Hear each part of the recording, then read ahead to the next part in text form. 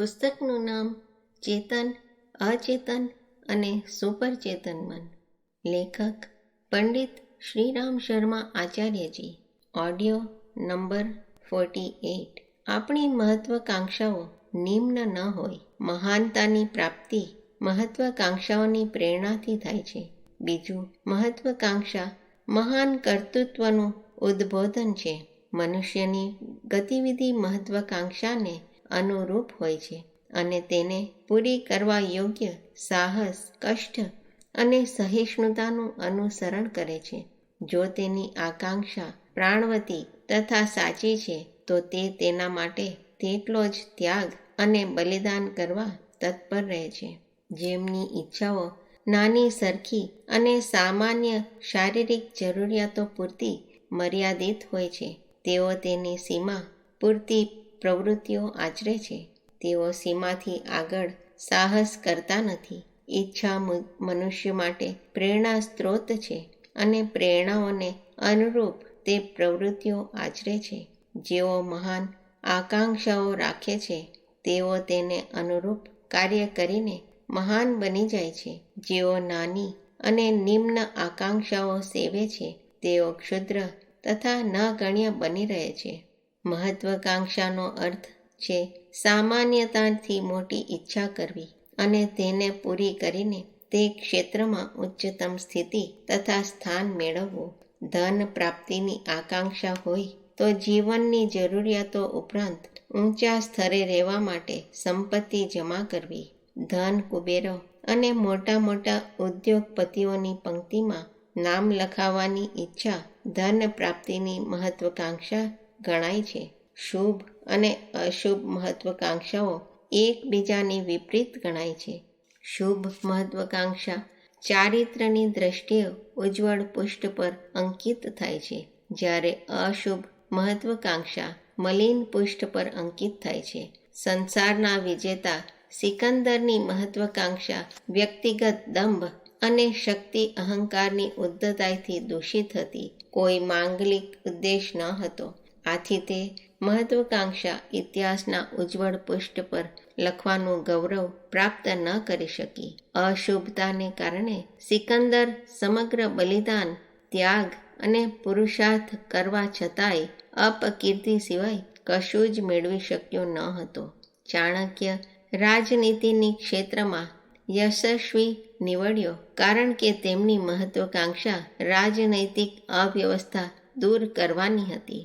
મનુષ્ય મહત્વાકાંક્ષી હોવું જોઈએ, પરંતુ શુભ હોય તો લોકો યુગો યુગ સુધી તેને યાદ કરે છે. અશુભ મહત્વાકાંક્ષા કલંક અને ધિક્કારને પાત્ર હોય છે અને તે મનુષ્યને પશ્ચાતાપના આગમાં બાળતી રહે છે. જો મનુષ્યની મહત્વાકાંક્ષા ધનવાન અને યશવાન કે બળવાન બનવાની હોય તો તે સારી બાબત છે. તેને પરિપૂર્ણ કરવા યથાસંભવ પુરુષાર્થ કરવો પડે છે, પરંતુ તેની પાછળનો આશય અશુભ ન હોવો જોઈએ. તેમાં લોકરંજન, સામાજિક હિત તથા આત્મોદ્ધારની ભાવના હોવી જોઈએ. ટૂંકમાં, મનુષ્ય પોતાનો દ્રષ્ટિકોણ હિત, અહિત અને સત્ય અસત્યના એરણ પર ચકાસીને મહત્વાકાંક્ષાના વિષયમાં નિર્ણય કરવો અને સતર્કતા રાખી સાવધાનીપૂર્વક પુરુષાર્થ કરવો. શુભ સંકલ્પયુક્ત મહત્વાકાંક્ષા માનવ જીવનને સફળ અને સાર્થક બનાવે છે. તેમાં પરમાત્માની કૃપા અનાયાસ મળી જાય છે. વિચાર શુદ્ધિ જ અચેતનનું પ્રાગટ્ય છે.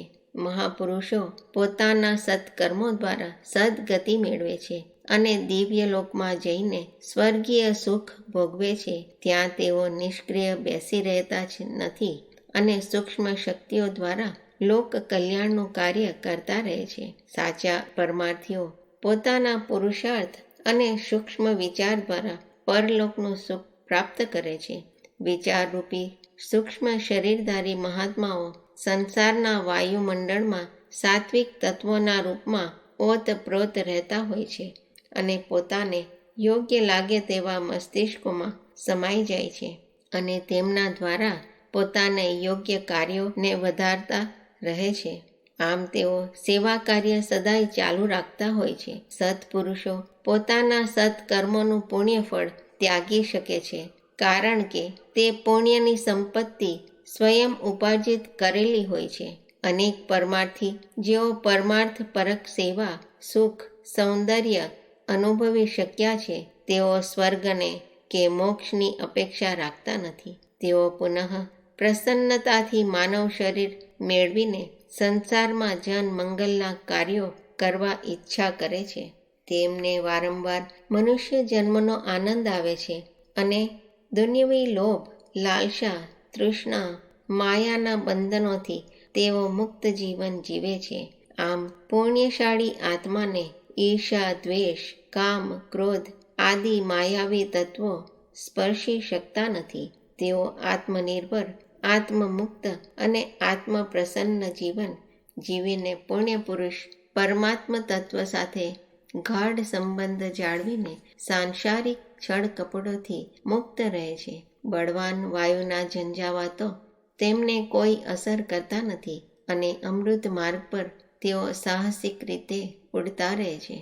મનુષ્યનો વિચાર સ્થૂળ શરીર કરતાં વધુ શક્તિશાળી અને સક્ષમ હોય છે. મનુષ્યના વ્યક્તિત્વનો પ્રભાવ વિચારો દ્વારા સર્જાય છે. કર્મનું મૂળ કેન્દ્ર વિચાર છે. શિલ્પી કોઈ મૂર્તિ, ચિત્ર અથવા રચનાની સ્થૂળ અભિવ્યક્તિ કરે છે તે પૂર્વ તેનો વિચાર જગતમાં જન્મ થાય છે. પ્રથમ અમૂર્ત વિચાર જન્મે છે અને પછી તે મૂર્ત સ્વરૂપ પ્રાપ્ત કરે છે. મનુષ્યના વ્યક્તિત્વનું નિર્માણ વિચારો દ્વારા થાય છે. પ્રત્યેક શુભ વિચાર વ્યક્તિત્વને પ્રદર્શિત કરે છે. મનમાં શુભ વિચારો અચેતન મનના જાગરણથી આવે છે. વિચારોને અનુરૂપ વ્યક્તિત્વમાં તેજસ્વીતા આવે છે. યોગ્ય વ્યક્તિઓનું સંગઠન સત પ્રવૃત્તિઓનો સંગ બનીને ક્રાંતિ સર્જે છે. દેવતા તથા રાક્ષસ બે અલગ જીવન નથી. આ મનુષ્યના વ્યક્તિત્વના ઉજ્જવળ તથા મલિન બે પક્ષ જ છે. દેવતાઓએ પોતાના સદવિચારો દ્વારા પોતાનો માનસિક પરિષ્કાર કર્યો હોય છે અને ભ્રમણાઓ, મુશ્કેલીઓ, આડંબરો, છળ કપટ, સ્વાર્થ કે અહંકારની પ્રવૃત્તિઓ પર વિજય મેળવ્યો હોય છે. વેર ઝેર અને નફરતને દૂર કર્યા હોય છે. પોતાના હૃદયમાં સદભાવનાઓ, સહાનુભૂતિ, લાગણી, સહયોગ, સેવા અને ભાતૃભાવની વિભૂતિઓ છલકાવી દીધી હોય છે. રાક્ષસી પ્રકારના મનુષ્યોનું હૃદય મલિનતા, મદ, નફરત, ગુસ્સો જેવા ભય પેદા કરતા દુર્ગુણોથી ભરેલું હોય છે. ટૂંકમાં દેવતા કે રાક્ષસ હોવું વિચારોનો પરિપાક છે. વિચારોની શક્તિ અમર્યાદિત અને અનંત છે. એક વખત તેની સિદ્ધિ થઈ જાય છે ત્યારબાદ તે અનેક જન્મો સુધી કાયમી રહે છે. સ્થૂળ શરીરથી કોઈ એકાદ વ્યક્તિને કાબૂમાં રાખી શકાય છે, પરંતુ વિચારની શક્તિથી સંપૂર્ણ યુગને બદલી શકાય છે. મુઠ્ઠીભર શારીરિક શક્તિ પરંતુ મક્કમ વિચારયુક્ત લોકનાયકો વિશાળ જનમત કેળવીને ક્રાંતિ લાવી શકે છે. ક્રાંતિ સર્જવામાં શુભ સંકલ્પો, સત્યનિષ્ઠા તથા સદભાવનાઓ વિશેષ ભાગ ભજવે છે.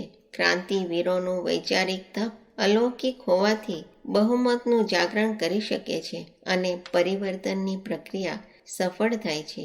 જે પ્રમાણમાં મનુષ્યની વિચારશીલતા સૂક્ષ્મની તરફ વધે છે તે મુજબ તે દિવ્ય દ્રષ્ટા બનતો જાય છે. વિચાર શક્તિ મોટા મોટા આવરણોને ભેદીને ગૂઢ રહસ્યોને જોઈ શકે છે. વિચારોની ગતિ ત્રિકાળથી આબાધિત હોય છે.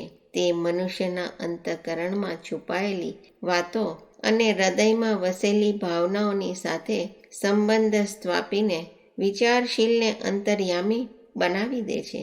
કોઈ વખત સૂક્ષ્મદર્શી દાર્શનિક અથવા મનોવૈજ્ઞાનિક પુસ્તકની જેમ વાંચી અને સમજી લે છે. વિચારોની શક્તિ સંક્રામક તથા સર્વવ્યાપક હોય છે. જેમના વિચારો જેટલાક અધિક સતેજ તથા સૂક્ષ્મ હોય છે, તેઓ સંસાર ચક્રને તેટલું જ પોતાની મન વાંછિત દિશામાં ફેરવી શકવામાં સમર્થ હોય છે. સામાન્ય મનુષ્ય પોતાની અંદર સૂતેલા વિચારોને શુભ અશુભ આશય દ્વારા જાગૃત કરીને તેમને ક્રિયારૂપમાં અભિવ્યક્ત કરી અને શક્તિ મેળવી મહાપુરુષ મહાત્મા અને યુગ પ્રવર્તક બની શકે છે. સ્થૂળ જીવનથી વિચાર જીવનમાં પ્રવેશ કરો અને જન્મો જન્મ સંસારની પ્રેરક શક્તિ બનીને અમરત્વને મેળવો. વિચારની શુદ્ધિ અને પ્રસાર કરીને આપણે દિવ્ય ઐશ્વર્ય મેળવી શકીએ છીએ અને પુણ્ય પથના માર્ગ પર આગળ વધી શકીએ છીએ.